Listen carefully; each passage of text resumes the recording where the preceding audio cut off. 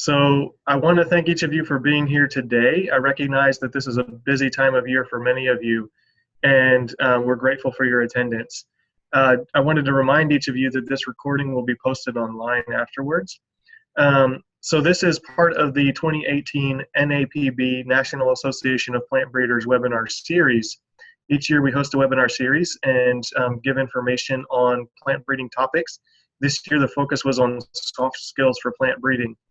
And so we've had previous talks featuring panel discussions as well as earlier speakers giving talks on soft skills. And so I've been putting a few links up in the chat window, so I would encourage you to check those out. So we have a link for the NAPB website that's located at plantbreeding.org. So get on there, look at some information. Also, I put up a link for the NAPB YouTube channel. So I would encourage you to get on there, see the earlier talks from 2018, as well as talks from previous years, and find out some of the information that's available online. And finally, I would like to say that each year we host an annual conference. This year, that will be from August 7 through 10 in Guelph, Ontario, Canada. I posted the link for the registration for that to that website, and so I would encourage you to go there, find information about the conference, and join us. It's a good meeting, lots of good attendees and good information every year. And so thank you again for joining us. And with that, I will turn it over to Evan, who is going to introduce our speaker. Thank you. Hi, everyone. Thanks for joining. Today, Lara Alpen will be talking with us. She leads science communications in Monsanto's plant breeding organization. Her passion surrounds translating science into exciting and understandable content for everyone to enjoy. Lara joined Monsanto in 2013 after graduating from Southern Illinois University of Edwardsville with a master's degree in toxicology. Her topic summary is, people will advocate for that which they understand. In a world of organic versus conventional, GMO versus non-GMO, natural and hormone-free foods, consumers are very passionate on where and how their food is produced. It is important in science, technology, and agriculture to connect our industry to business partners, customers, and consumers to empower them to share our story and bring it to reality. This presentation will highlight some ways we as ag leaders can better communicate topics so that they are engaging and relatable to the public. Thank you for that introduction. It's always interesting to hear kind of your resume rattle off. You always sound fancier than what you really think you are. So thanks for the uplift today. So I'm going to start off my presentation by kind of further diving into what I do, what my background is in, and hopefully why I'm talking to you today. So I graduated with a master's in toxicology, as Evan pointed out. I like to joke that basically it's a degree that, you know, I can kill you and make it look like an accident. That's always a good bar pickup line, but not a great way to pick up a boyfriend. So, but what I really found out while I was in grad school is that I used to TA a lot to pay my way through college, part of the master's experience, and I really, really enjoyed it. And so going into the research area, going into the job skill area, I was looking for jobs that would allow me to teach as well as learn science and demonstrate science. So that's what led me to be at Monsanto. I used to work really translating science with our researchers. So my job has evolved to talk to growers, talk to regulatory sciences, talk to consumers, and also talk to our employees to help us, help just us at Monsanto tell our science story better to those outside of the ag and science world. And so you'll notice that in my presentation deck, one of those opportunities and people of interest was with Bill Nye when he came to visit. Probably the coolest thing that will ever happen to me in my entire life.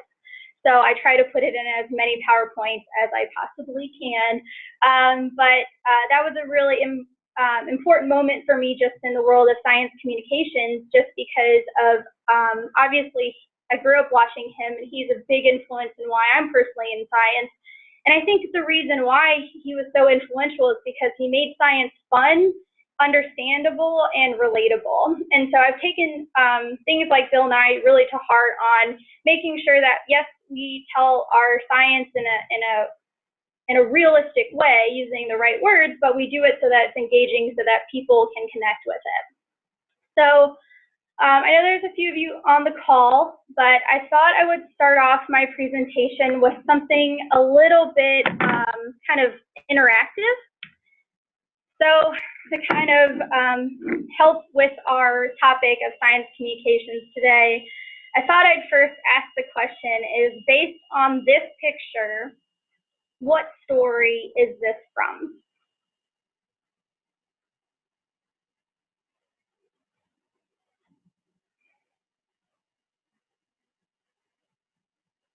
Anyone have any guesses?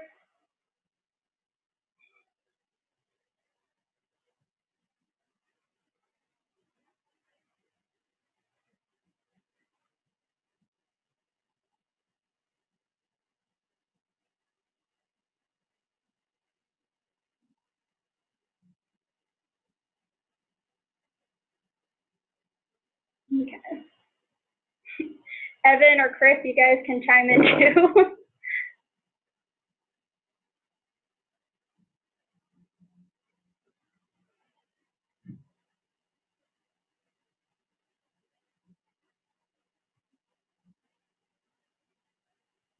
Okay, well, I'm going to keep going. If you guys have any ideas, this is the story of the Odyssey. So I'm not sure if you were forced to read it in high school or college, but this is what's called an epic novel. And I would challenge you to think of who the main characters are of this book, what the plot line is of this book. I think you can maybe remember that the main character is Odysseus, the Odyssey, Odysseus. But there are tons of main characters, and there's tons of main plots and subplots and twists and turns. And while it is a very, very interesting novel, it's very long. The names are very complicated, because it's a Greek novel. Subplots, very complicated. And it takes you a while to get through it. So what's impressive to me is that this used to be one of those stories that was told over, obviously thousands of years. And so I wonder what's written today, how accurate it was from when it was told back in ancient Greek times. So you might not have gotten that one, but if I go to the next one, can anyone point out what this story is?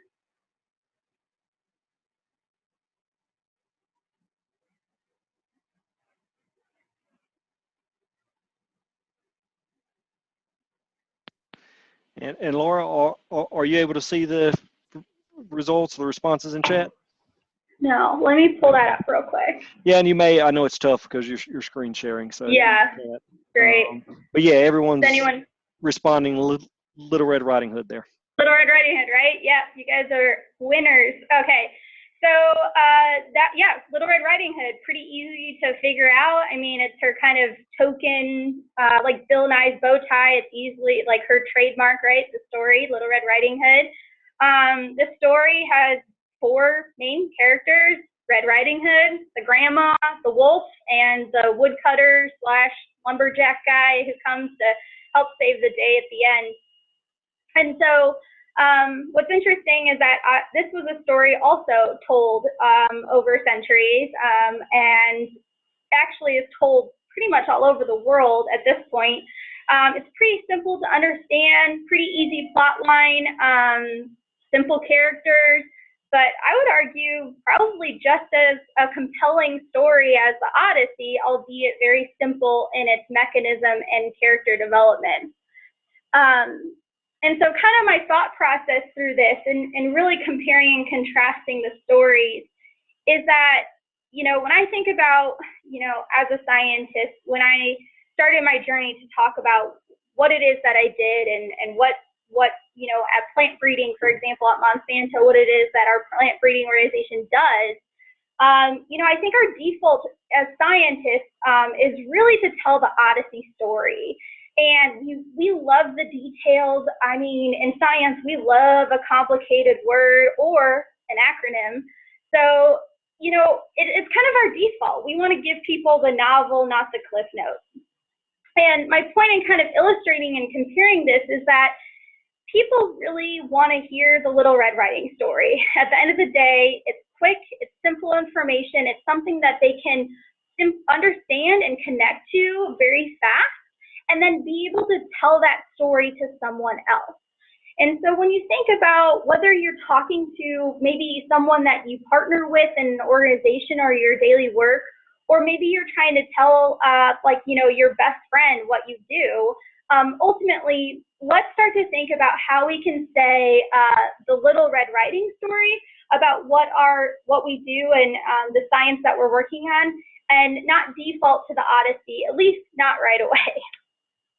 And so throughout this presentation, I'm going to try to help you or give, I guess, some advice on how we can better tell our science story. And so I think the first and foremost thing that you'll hear me say a lot is to tell a story and to not tell facts. Good stories have stickability, and our human brain really latches onto them. There's this guy named Paul Zak. He's the founding director of the Center of Neuroeconomic Studies at Claremont Graduate University in California. And he loves to examine the effects that stories have on, and stories and narratives have on the human brain. And he's done a lot of studies, and what he's found is that stories at the end of the day help really build trust and fortify relations with people. When you tell a story, and you tell a good story, those words in people's brains really ignite imagination and creative expression.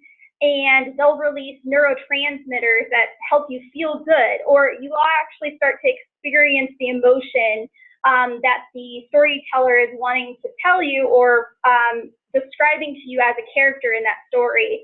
So I'm a Harry Potter fan. I love the books, and so I just think about any time that Harry Potter interacts with Lord Voldemort, as you're reading, you're really holding your breath. You have that sense of anxiety and hoping and rooting for Harry to come out on end.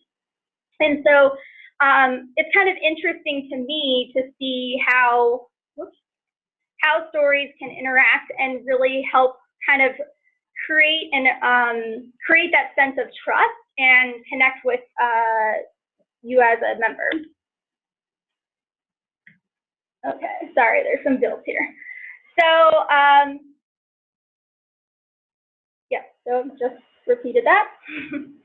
But I would say there's a little bit of a problem with this theory on good stories and how they interact with the brain, is that, back in the day, even, to the point of from the Odyssey transitioning up into novel times like Dickens' Pride and Prejudice days, is that people really love stories. They love to sit down and read them. But I would say that we're now in a post-literate era where now we just don't have time to sit down and read and listen to a book. So you can see on the chart here that as we get closer and closer to current date, our average time span that we're willing to listen to a story gets smaller and smaller. So we all live in the world of a Twitter, Instagram, YouTube universe now. News stories and segments are getting smaller. You have to be quick, you have to be efficient. Just to let you know that around 2000, the average human attention span was around 12 seconds. By 2013, it was down to 8 seconds. I'm not sure what it is today, but I'm sure it's even smaller. Just for reference, the goldfish attention span is about 9 seconds, so we have less attention span than a goldfish, so let that sink into you for a second. So again, we really have to think creatively on how we tell stories, and especially tell stories about science. And you can definitely see how other people are really taking response to this and either making stories about science or news more compelling, or fractioning them down into bite-sized chunks that people can easily understand and relate to and retell. And so I just pulled some examples of what I think are modern day twists on the idea of storytelling. Not sure if anyone's a big fan of The Big Bang Theory or Last Week on Tonight. I just pulled a couple of my favorites, but you know, if you're into these types of shows, really sit down and actually listen and really think about why do you connect to these types of information exchanges. One of the ways is just because that, you know, things like Big Bang Theory, for example, they have the opportunity to talk about complicated words and complicated subjects, but they make it funny, they tell a story, they make it relatable, and they humanize the science about it. I would say Drunk History, for example, not a science show, but a way to humanize and poke fun at history while still being very informational at the end of the day. And so when we think about when we're updating our storytelling in science, feel free to modernize it a little bit, make it more compelling and relatable, and think about the audience that exists in our time period. Even if they're a technical audience, we're still at that 9-second attention span. Maybe even right now at this point, you know, the zoning out aspect. We've all listened to presentations, so figure out ways you can make science and storytelling very compelling. So my kind of urge to everyone on this call on just why you should think about this and think about how we can become better storytellers as an industry is that science and technology is really moving at a rapid pace, and it's moving and evolving faster than I think everyone who really isn't in this technical field can kind of understand and relate. And it's really our responsibility to kind of help people and translate our science and technology, the things that we're working on, and kind of the positive outcomes of that science and technology to folks and audiences so that we can have the opportunity to continue to work on this science and technology in the future. Because as kind of Evan alluded to in my background, I mean, think about our industry for a second in agriculture.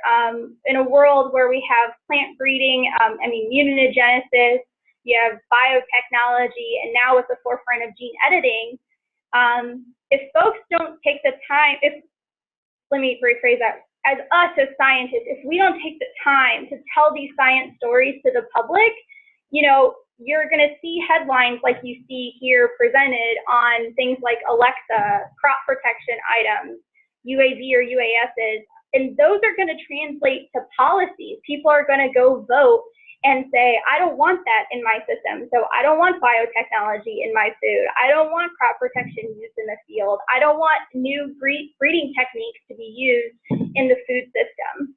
And so we really have I think, this is my personal opinion, but I think we really do have a responsibility to share the cool stuff that we work on and make it relatable so that everyone can benefit from the science and technology that we're creating in ag and outside of agriculture. And so it's not all gloom and doom. I think there's a really, really big opportunity. And personally, since I work at Monsanto, we've done some research on the agricultural industry and done a lot of really consumer testing to see how consumers perceive the sciences involved with modern agriculture in the United States. And when I say modern agriculture, I'm really meaning how do either scientists, plant breeders, or farmers use data science, for example, to optimize their farming operations? How do we use crop protection items like chemistries or microbials to help protect crops in the field? So how do we use, for example, gene editing to improve a plant's ability to resist disease maybe in the future? Things like that. And so what's interesting is that from these results, the main thing that stuck out was that plant breeding was one of the most familiar topics or sciences associated with modern agriculture today. Because when people heard the term plant breeding, they remembered good old Gregor Mendel and the Punnett squares, and they remember doing the pea experiment in their classroom. And so they have that kind of very, very small, but really strong connection to that kind of, okay, this is natural. We've been doing it for a while. Researchers have been studying genetics for a while to improve the plants. I remember this subject. But if you go into a little bit deeper on some other sciences, just kind of what I was referring to earlier, is that when you think of other sciences that might be related to plant breeding or more complicated layers of plant breeding, like RNAi interference or gene editing, or maybe even just looking at how does artificial intelligence play a role in genome selection, for example, those topics are not as familiar with people. And so when you think about that opportunity, you really think about, okay, so Gregor Mendel, start with the basics, and then you can always work your way up to the top. So to kind of help reiterate this point, I think this is actually a pretty good quadrant graph, if you will, on just the results of the finding. But it doesn't mean that you can't tell that complicated story. And I think you should tell that gene editing, RNAi interference story. The point of this is that you guys have a really great opportunity as plant breeders to start with a plant breeding story first, that foundational knowledge related back to Gregor Mendel and some of the works that were done, and then translate it through and really tell that story and follow through and add it to the gene editing, the crop protection items, etc. And another thing that we found out through this effort is that we looked at and we asked consumers, out of these possible options, whether it's doctors, nutritionists, farmers, food or science companies, scientists, plant breeders, who do you trust the most with the information that they tell you? And you guys were at the top of the list. Scientists and plant breeders that work in the field of their study are the most reputable and the most powerful voice that consumers perceive as being knowledgeable, as being transparent, and as being accurate. And so just wanted to kind of give you guys a pep talk and just say, people really want to hear from you guys, and they want to hear the plant breeding story. They just don't know how the other complicated items like crop protection or things like maybe ag microbials in the field might help improve the way that we produce crops more efficiently. So I always kind of take a break here. I want to stop maybe if Mark or Evan can look at if there are any questions so far, and if not, I will just keep going. Nope, no questions at this time. Okay. So feel free to stop at any time for me. But I'm going to kind of transition to the second part of my presentation. I feel like you guys are getting really an update on what TV shows I like in this presentation, but there's this show called Trailer Park Boys, and there's many funny moments in that show, but I love a part where he says, he's getting interviewed by a newsman, and he says, why are you using your big school words? Why don't you just use your regular people words? And I just love that because I related to that so much as someone who works in science communications, is that how do I use my words? How do I tell my plant breeding story to a general person if the subject comes up, or if I want to go do outreach? And so I'm going to hopefully this has been my kind of experience in working in science communications and just some tips that I think are relatable. And you guys can obviously, if you guys have done a lot of outreach, you can kind of share your thoughts with me if you agree or disagree. But I'm going to kind of at least give you kind of phase 1 and phase 2 on if you're going out and you're wanting to improve the way that you talk about plant breeding, or maybe you want to do more outreach. Here are just some basic steps to help you become a better storyteller. Just going to build this. Okay, so when I first started off in science communications, again, just relating back to that whole attention span and the point of the Odyssey is that you got to keep it simple. You got to keep it realistic. You got to keep it very similar to the Little Red Riding Hood. Short, not a lot of characters, to the point. You got to keep it interesting for people to focus on you and want to learn more and ask more questions. You got to tell stories and analogies to help kind of have that kind of human connection to your work. And you have to start listening, if just as much or if not more, when you're talking to someone, to really understand what it is that they're asking, kind of what their background is on the knowledge or on the subject, and so that you can continue to tell stories and analogies that kind of really resonate with them. And so the first way that you can really do this to communicate your values is by share your values. It's one of the first and easiest, most, I think, kind of that comfort zone level items that you can do when you're first telling your story. I think about like the research that we've done and why people really are attracted to listening to scientists in their field talk is because they really want to hear, why are you doing the work that you do? What is your personal connection? What is your love for science? What is your love for plant breeding? People want to hear that from you, and they also want to hear some of the human aspects of you. So I am a big fan of Twitter and social media, and so anytime that I post, something about plant breeding, something about agriculture, I try to also share my values and things that I really love to do, which is science communications. I love all things nerdy. I also love beer, science, and agronomy. So when all those three things come together, like, I had to tweet that. So I just feel like that's an easy way for you to kind of start working up your comfort level and skill set by telling your story. The next biggest advice that I would have is to start talking to kids. One of my favorite things to do is to do outreach with students, all the way to even college level.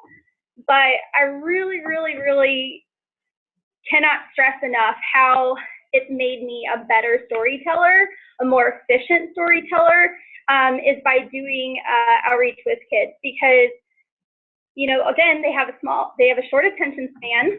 They might not have that foundational science level that you have, right? So some of the kids that I do outreach with, they're 5th graders. They might not understand the complexity of the genome yet, but by telling really great stories or analogies, I mean, you can really paint a picture on how plant breeding is really a great foundation to improving how we produce food around the world.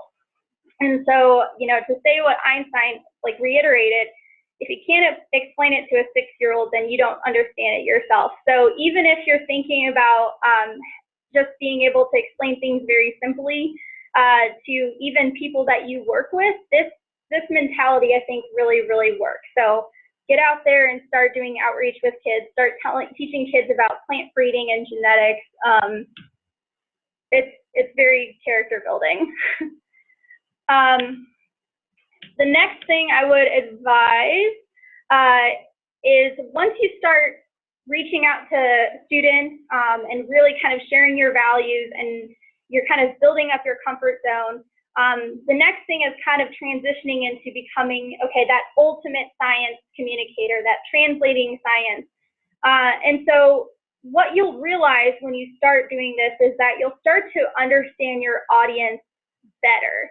And by asking them questions and listening, you'll start to really understand what their background is, what their values are, what motivates them, and how you can really tell a very creative and story that really resonates with them. So, for example, you know, if you have someone that you're talking to and they're really about sustainability, for example, they really are very concerned about what we're doing to the environment, how many materials and resources we're using from the planet. You can really use examples around plant breeding, maybe from a drought tolerance perspective, or maybe just finding different germplasm from around the world that help kind of use resources more efficiently. Telling just the right story by knowing your audience goes a long way and really helps with that connectivity moment. Another thing is find ways to communicate that you don't have to alienate people. You want to tell stories and you want to say, use analogies, but also at the end of the day, it's not about winning an argument. It's about sharing a story, sharing your perspective, and asking and listening to others so that you can really give insight to a science field like plant breeding that maybe is a little foreign to them, but is definitely exciting to them.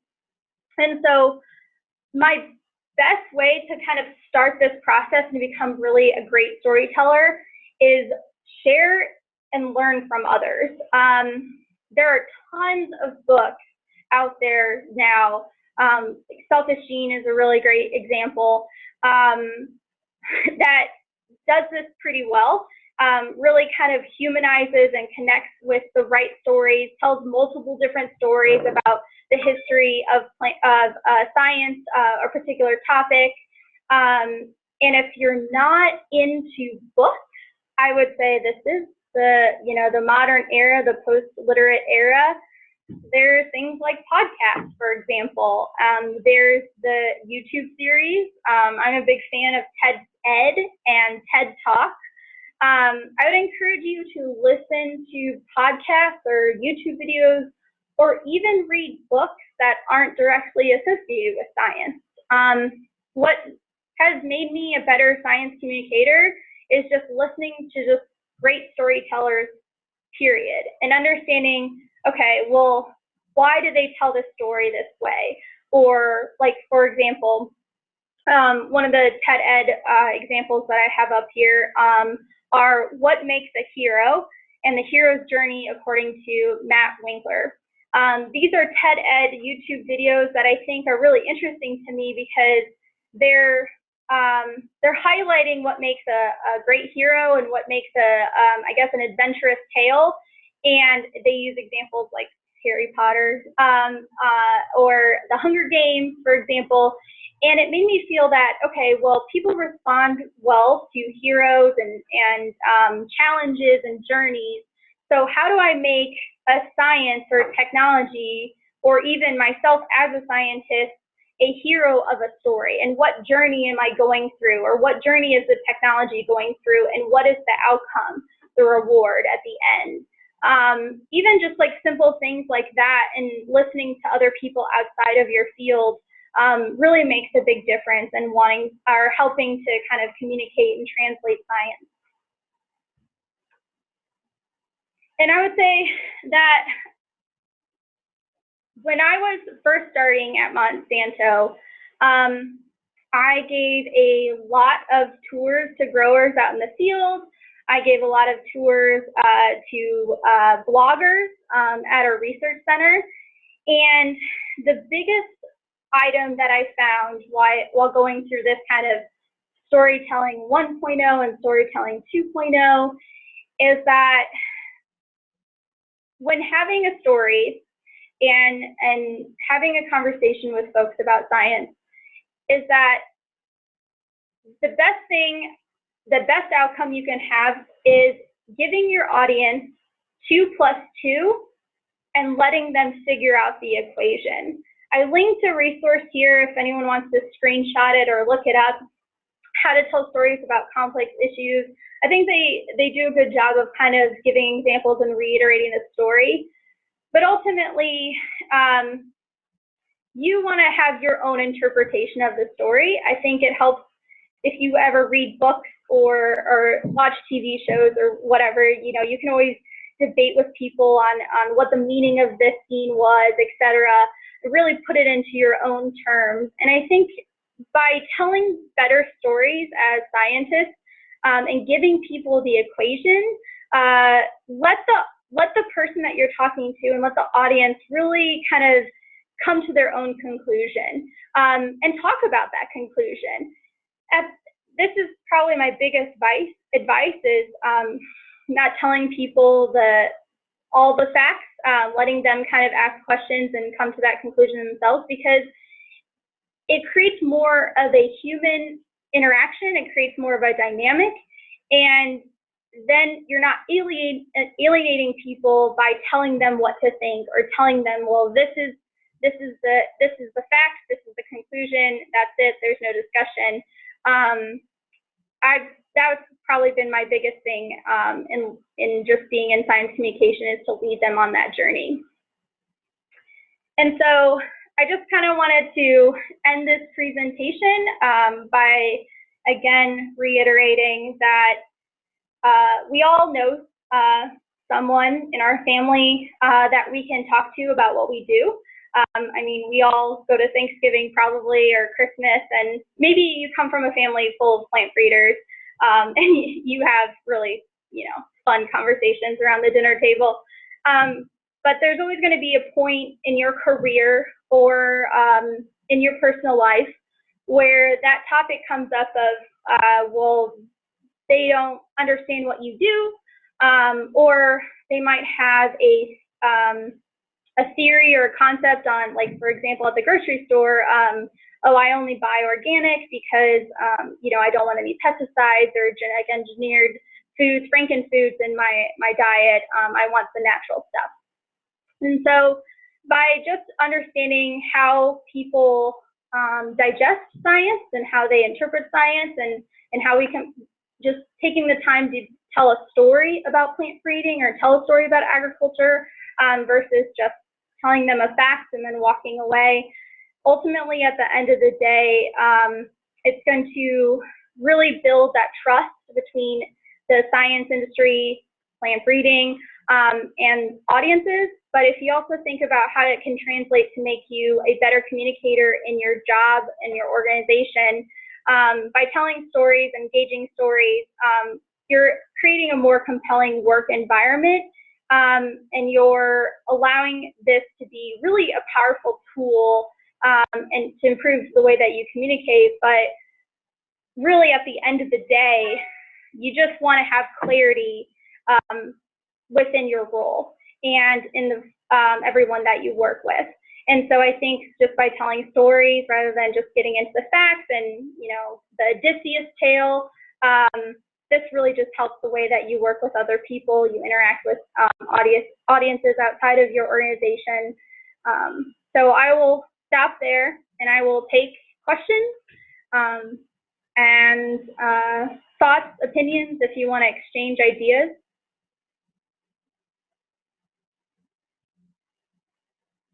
Hi, Laura. This is Donna. Sorry, I got on a few minutes late, but that was an excellent presentation. Anybody who has questions, just please go ahead and start typing in the Q&A box. Okay, and I'm going to try and figure out how. And Laura, if you want to stop sharing at this time, you don't have to. If you're done with your slides, okay. Go for it. I'll sort of prime the pump. I'll sort of prime the pump as far as questions while we're waiting for others. Good presentation about PowerPoints specifically, and this is more not just talking with people, but many times if people are talking, they're going to be presenting, which means they're using a PowerPoint. You have any tips for folks on what a good PowerPoint presentation is? Yeah, so obviously don't take this one as as an example. My personal style is to just do pictures. It's a very interesting style, and one that I work with a lot of data scientists. I work with a lot of geneticists and breeders, statisticians, and I mean, graphs all day, words all day. Personally, I feel that if you have one slide, just do one graph, do one picture, do one data set, and then talk to it and tell stories around it. Because if you think about how you personally listen, I am either going to make the decision as someone who's listening to a presentation to either listen to you or to read what's on the slide. And there's a very few that can do both at the same time and absorb that information and understand it. And so my personal style and is really to have one kind of image that supports what I'm talking about, so that people don't have to make the choice attention-wise. And then keep your slide presentation to under 6 or 7 pictures, depending on how long you're talking. Yeah, and I would just back up. That's what all the research says: is less is more. The sort of cardinal rule you don't want to break is having too much text on the screen. So usually, less is more. And just to sort of back up, I think you've given a good example. The presentation you gave is a good example of what a good talk is. Also bringing personal to make it fun. And like the last sort of one I did for a conference, I sort of chose The Simpsons was going to be the theme, and I chose all screenshots from, these days with YouTube and Google Images, there's all kinds of images. So every sort of specific topic I talked about, I found The Simpsons as a sort of a funny Simpsons screenshot and just used that as a theme throughout that I thought worked well. So. Yeah. Ultimately, at the end of the day, you want things to be relatable. And I do a lot of talks to the general public, and sometimes I just want to break stereotypes too. I mean, like, I'm a scientist, and I love the Real Housewives. So a lot of times my pictures, like to your Simpsons, it will be a Real Housewife example. I am human too. Arissa asked what state you're in. I'm not sure if she means you or all of us. I think, Laura, you're in California? No, I actually sit in St. Louis. Gotcha. So the example from California, sorry. Okay. I also travel, so I think, yes, I'm currently in Missouri. Last week I was in Indiana. The week before, God only knows, so. All righty, so we'll just take another 30 seconds, folks. Last chance for any questions. Laura, I thought it also was a great, I showed you some Twitter love there. I heard it. I heard your notification in the background, but great quote from Albert Einstein. I actually never heard that before, but if you can explain, if you can't explain it to a 6-year-old, then you probably don't know it very well. Yep, and I have it framed in my office. I take that actually as a personal challenge, because if you can't, as not only as someone who loves to learn about new subjects, but at the end of the day, it's a really good benchmark to say, do you really know the science that well enough to be able to talk about it in very simplistic terms? And, I encourage everyone to think about that, whether before they have a meeting, before they present, whether it's to your own colleagues. Take the time to explain it simply, and then dial up the information from there. Great. All righty. Well, looks like no questions. Laura, thank you for your time. Again, just a reminder for everyone, the recording of this will be available. It'll be available through the Learn event at learn.extension.org. Should be available within a week or so. Feel free to share that with any colleagues or friends. And Laura, would you mind, can we get a PDF version and also have a link to that on the Learn event? Yeah, okay. Sure. And if there's any questions about the research that Monsanto has done, I have lots of colleagues who would be willing to do a presentation or seminar and kind of go into a bigger dive into their findings and what it means to talk about agriculture in the future. So just let me know if that's something that you would like again. Wonderful. Okay, everyone, have a great Friday and a great weekend. Thanks. Thank you. Bye-bye.